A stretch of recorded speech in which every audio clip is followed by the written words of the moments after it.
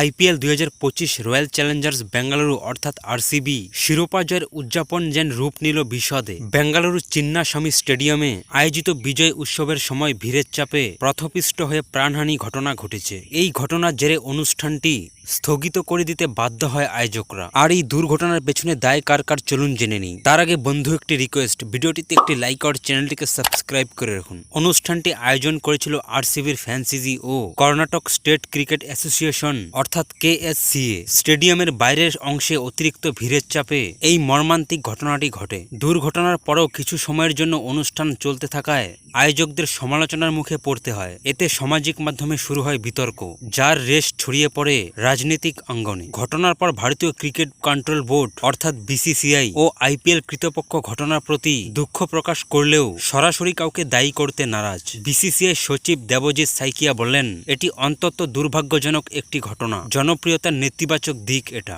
আয়োজকদের আরও পরিকল্পনাভাবে আয়োজন করা উচিত ছিল। বিসিসিআইয়ের কোনো সম্পৃক্ততা না থাকলেও আমাদের এখান থেকে শিক্ষা নিতে হবে। আইপিএল চেয়ারম্যান অরুণ ধামাল জানান, স্টেডিয়ামের বাইরে কি ঘটেছিল তা আরসিবির কর্তৃপক্ষ জানতেন না। জানার পরই তারা অনুষ্ঠানটি সংক্ষিপ্ত করার সিদ্ধান্ত নেন। আমরাও বিজয় উৎসব বন্ধ করার জন্য অনুরোধ করেছিলাম। বিসিসিআইয়ের সহ সভাপতি রাজীব গ্লুকা বলেন, ঘটনার প্রকৃতি কারণ জানার আগে কাউকে দায়ী করা সঠিক নয়। কর্ণাটক ক্রিকেট সংস্থার রিপোর্ট পাওয়ার পর বিষয়টি স্পষ্ট হবে। ঘটনার পর আরসিবি কেএসসি এর পক্ষ থেকে নিহতদের প্রতি শোক ও আহতদের প্রতি সমবেদনা জানানো হয়েছে। সংশ্লিষ্ট প্রশাসন তদন্ত শুরু করেছে।